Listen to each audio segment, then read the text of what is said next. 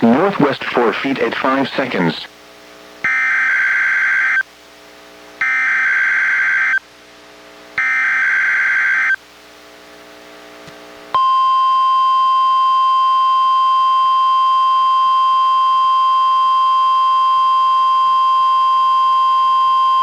This is the National Weather Service office in Portland, Oregon. The proceeding was a test of NWR weather radio's warning alarm. Tests of these receivers are normally conducted every Wednesday between 11 a.m. and noon. If there is a threat of severe weather on the day of the test, it will be postponed until the following week. This concludes this test. We now return to our regular programming.